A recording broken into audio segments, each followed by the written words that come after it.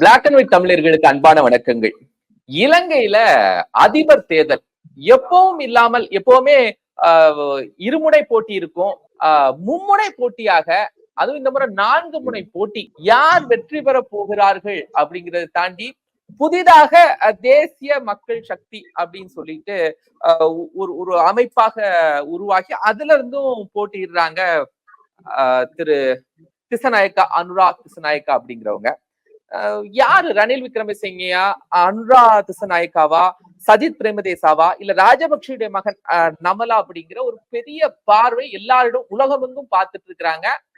யாருக்கு வெற்றி வாய்ப்பு, தமிழர்களுடைய ஆதரவு யாருக்கு இருக்கு, சிறுபான்மையினுடைய ஆதரவு யாருக்கு இருக்கு அப்படிங்கிற நிறைய விஷயங்களை நம்மோடு பங்கெடுத்துக் கொள்வதற்காக நூர்லியாவினுடைய மக்களவை உறுப்பினர், முன்னாள் அமைச்சர், மலையக மக்கள் முன்னணியின் தலைவர் திரு வி ராதாகிருஷ்ணன் நம்மோடு இணைந்திருக்கிறாங்க. சார் வணக்கம். வணக்கம். வணக்கம். இன்றைய நாளை நடைபெற போகின்ற ஜனாதிபதி அதிபர் தேர்தலிலே இலங்கையிலே இந்த முறை கிட்டத்தட்ட 38 உறுப்பினர்கள் போட்டியிடுகின்றார்கள். அதிலே விசேஷமாக சொல்லக்கூடியவர்கள் 4 பேர். அந்த 4 பேர்களுக்கு தான் போட்டி நிலவுகின்றது. ஆகவே இந்த போட்டியிலே சஜித் பிரேமதாச அவர்கள் ஐக்கிய மக்கள் சக்தி, அதே போல சுயேட்சை வேட்பாளர் திரு முன்னாள் அதிபர் திரு ரணில் விக்ரமசிங்க, அதே போல தேசிய மக்கள் கட்சியினுடைய தலைவர் திரு அனுரகுமார திசாநாயக்க, நாமல் ராஜபக்ச அவர்கள் 4 போட்டியாளர்கள் இப்பொழுது போட்டியிடுகின்றார்கள். இதிலே யார் பெரும்பான்மை வாக்கு வாங்குகின்றார்கள் என்ற நிலைமை இப்பொழுது இலங்கையிலே உண்டாக்கியிருக்கின்றது. அநேகமாக ரணில் விக்ரமசிங்க அவர்களும் நாமல் ராஜபக்சனுடைய கட்சியும் 3, 4வது இடங்களிலே இருக்கின்றது. 1வது, 2வது இடங்களிலே ஐக்கிய மக்கள் சக்தி, அதாவது சஜித் பிரேமதாச அவர்களும், அதற்கு அடுத்தபடியாக தேசிய மக்கள் சக்தி அனுரகுமார திசாநாயக்கவுக்கும் தான் இந்த போட்டி அதிகமாக நிலவி கொண்டு வருகின்றது. இந்த அடிப்படையிலே சஜித் பிரேமதாச அவர்கள் வெற்றி பெறுவார்கள் என்ற நம்பிக்கை எங்களுக்கு இருக்கின்றது. அது ஏன் என்றால் இது சிறுபான்மை மக்களுடைய ஆதரவு அவருக்கு அதிகரிக்க இருக்கின்றது. வடகிழக்கு மக்கள், அதே போல முஸ்லிம் மக்கள், மலையகத்து தமிழர்கள் போன்ற இனங்களை சேர்ந்த மக்களும் அவரை ஆதரிப்பதற்கான நடவடிக்கை எடுத்திருக்கின்றார்கள். அந்த வகையிலே சிறுபான்மை வாக்கு அவருக்கு அதிகரிக்கும் என்ற அடிப்படையிலே சிங்களவர்கள் வாக்கு இப்பொழுது கடந்த காலங்களிலே கோட்டாபாய அவர்கள் 2019ஆம் ஆண்டு போட்டியிட்ட பொழுது 69 லட்சம் வாக்கு வாங்கினார். அது பெரும்பான்மை 195% சிங்கள பெரும்பான்மை வாக்குகள். இந்த முறை அந்த சிங்கள வாக்குகள் பிரித்து போகும். இந்த 4 நபர்களுக்கு பிரியும். ஆகவே இந்த 4 நபர்களுக்கு பிரியும் சந்தர்ப்பத்திலே சிறுபான்மையினுடைய வாக்கு ஒருவரை தூக்கி கொடுக்கும். அந்த தூக்கி கொடுக்கின்ற நபராகத்தான் திரு சஜித் பிரேமதாஸ் அவர்கள் பாருன்ற நம்பிக்கை எங்களுக்கு இருக்கின்றது.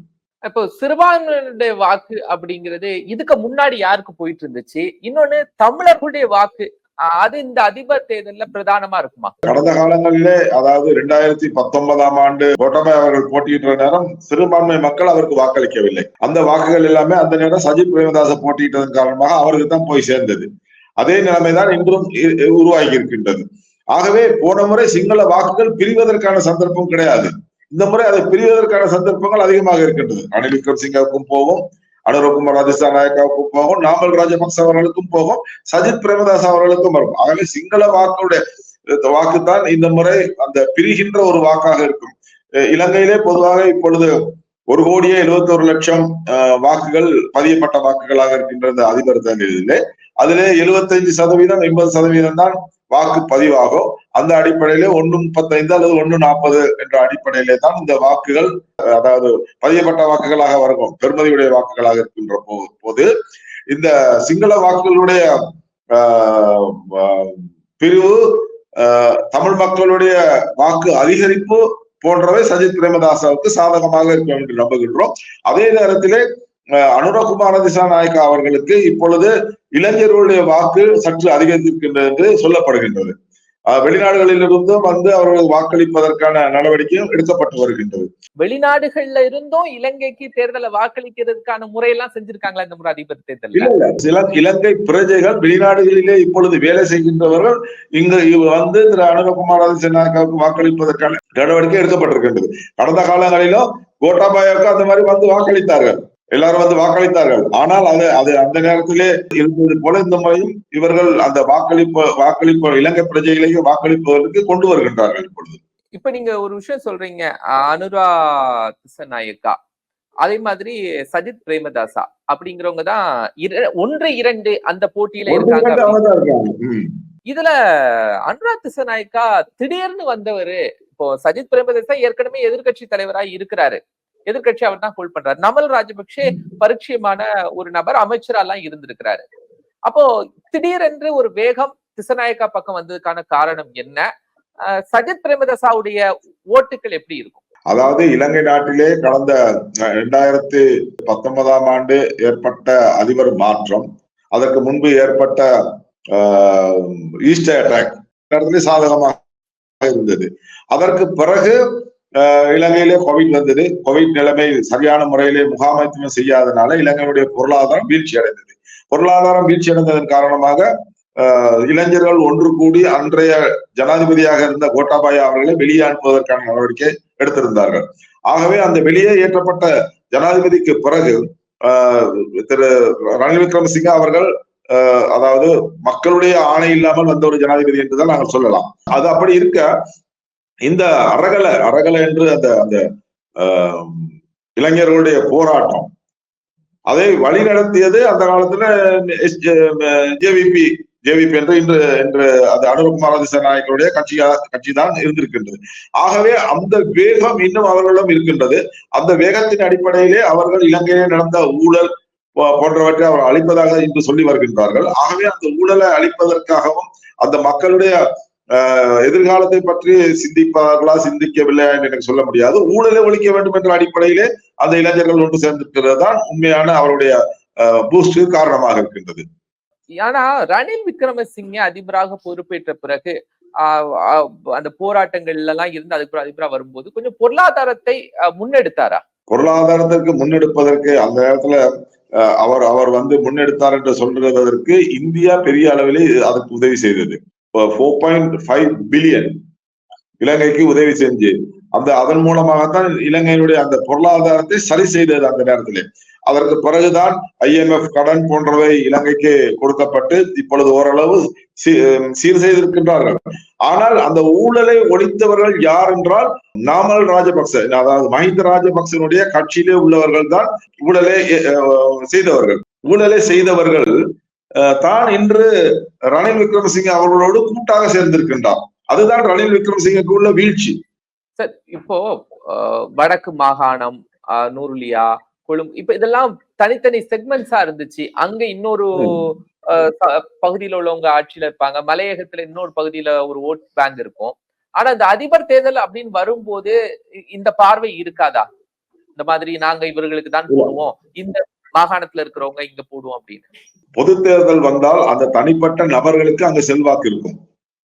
அது வேறு நிலைமை. பொது தேர்தலிலே அந்த பகுதியிலே யார் போட்டியிடுகின்றார்களோ செல்வாக்கு உள்ளவர்களுக்கு தான் அந்த பகுதி மக்கள் அவர்களுக்கு வாக்களிப்பார்கள்.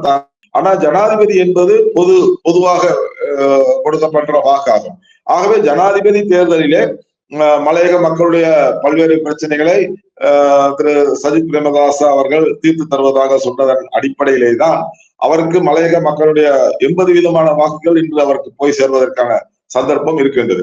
அதே போல முஸ்லிம் மக்கள், முஸ்லிமுடைய பிரதான 2 கட்சிகள் இன்று அவரோடு சேர்ந்திருக்கின்றன. ஒன்று முஸ்லிம் காங்கிரஸ், 2வது அகில இலங்கை முஸ்லிம் காங்கிரஸ் என்று 2 கட்சிகள், பிரதான கட்சிகள் அவரோடு சேர்ந்திருக்கின்றதால் முஸ்லிம் மக்களுடைய வாக்குகள் அவருக்கு சேர்வதற்கான வாய்ப்பு இருக்கின்றது. அதே போல வடக்கிலே அதாவது தமிழரசு கட்சி இன்று அவர்களுக்கு ஆதரவளிப்பதற்கு முன் வந்திருக்கின்றது. அதே நேரத்தில் வடக்கிலே இப்பொழுது சுயேட்சை வேட்பாளர் ஒருவர் போடப்பட்டு அதுக்கு தமிழ் தேசிய கூட்டமைப்பின் சில உறுப்பினர்கள் அவருக்கு வாக்களிப்பதற்கான ஏற்பாடுகளையும் செய்திருக்கின்றார்கள். இது முற்றுமுழுதாக ஒரு ஜனாதிபதியினுடைய வாக்கை பலவீனப்படுத்துவதற்காக செய்யப்பட்ட ஒரு என்ன என்றுதான் நாங்கள் சொல்லலாம். ஏனென்றால் ஒரு பெரும்பான்மை ஜனாதிபதி தான் இந்த நாட்டை ஆள முடியும் என்ற ஒரு சூழ்நிலையிலே பெரும்பான்மை ஜனாதிபதி ஒருவருடைய வருகையை தடுப்பதற்கு இந்த 4 கட்சியிலே இருக்கின்ற ஒரு கட்சியினுடைய தலைவர் செய்த சூழ்ச்சி என்றுதான் நாங்கள் இதை சொல்லலாம். ஆகவே அந்த சூழ்ச்சியின் அடிப்படையிலே இன்று அங்கு தமிழர்களுடைய வாக்குகள் சஜித் பிரேமதாசாவுக்கு போகக்கூடாது என்பதற்காக அந்த பொது வேட்பாளரை போட்டு வாக்கை உடைப்பதற்கான வேலையை செய்து கொண்டிருக்கின்றார்கள். தமிழர் வாக்கு சஜித் பிரேமதாசாக்கு போயிடக்கூடாது அப்படிங்கிறதுக்காக தான் பொது வேட்பாளரா அனுராக் திசாநாயக்காவை இறக்கியிருக்காங்கன்னு சொல்றீங்களா? அனுரகுமார திசாநாயக்கா இருக்கலாம், ரணில் விக்ரமசிங்கே இறக்கியிருக்கிறார். ஏன்னா அவரை பொறுத்த அளவுல அனுரகுமார திசாநாயக்கா வந்தாலும் பரவாயில்ல, சஜித் பிரேமதாசா வரக்கூடாது என்பதிலே மிகவும் அக்கறையாக இருக்கிறார். ஏனென்றால் அவங்க ரெண்டு பேரும் ஒரே கட்சியில தலைவராக உப தலைவராக இருந்தவர்கள். இன்று அவரை மீறி இவர் ஜனாதிபதியாக வருகின்றது அவருக்கு எந்த காரணத்திலையும் பிடிக்கவில்லை. அப்போ அனுராக் திசாநாயக்காங்கிறது ரணில் விக்ரமசிங்கேனுடைய ஒரு இன்னொரு கேண்டிடேட் பி டீம் அப்படின்னு சொல்லலாம். அவங்க ரெண்டு பேரும் இப்ப சேர்த்துக்கிட்டு தான் இவரை ஒழிக்கிறதுக்கான நடவடிக்கை எடுத்திருக்கிறாங்க. அதாவது ரணில் விக்ரமசிங்கேனுடைய ஆதரவு பெற்ற ஒரு வேட்பாளர் தான் அனுராக் திசாநாயக்கா அப்படின்னு சொல்லிடலாமா? அல்ல, அப்படி இல்ல. அப்படி ரணில் விக்ரமசிங்கோடைய ஆதரவு பெற்ற வேட்பாளர் தான் யாழ்ப்பாணத்திலே போட்டியிடுகின்ற சுயேட்சை வேட்பாளர். யாரு? அரியநேந்திரன். அவரை தான் அவங்க களமிறக்கிருக்கிறாங்க. அவர் தமிழ் வாக்குகள் சஜித் பிரேமதாசுக்கு வந்துடக்கூடாது அப்படிங்கிறதுக்காக. அது ரணில் விக்ரமசிங்க அவருடைய சூழ்ச்சி. இப்போ இன்னைக்கு இருக்கக்கூடிய ஸ்டேஜ்ல அங்க இருக்கக்கூடிய பொருளாதாரத்தை எல்லாம் மீட்கிறதுக்கு யாரு வந்தா சரியா இருக்கும் அப்படின்னு நினைக்கிறீங்க? அனுரகுமார திசாநாயக்க வந்தா அவருடைய பாராளுமன்ற உறுப்பினர் 3 பேர் தான் இருக்கிறாங்க. பார்லிமெண்ட்ல அவருக்கு 3 சீட்டு தான் இருக்குது. அவர் கடந்த காலங்களில வாங்கிய வாக்குகள் 3 லட்சத்தி சொச்ச வாக்கு தான் இருக்குது.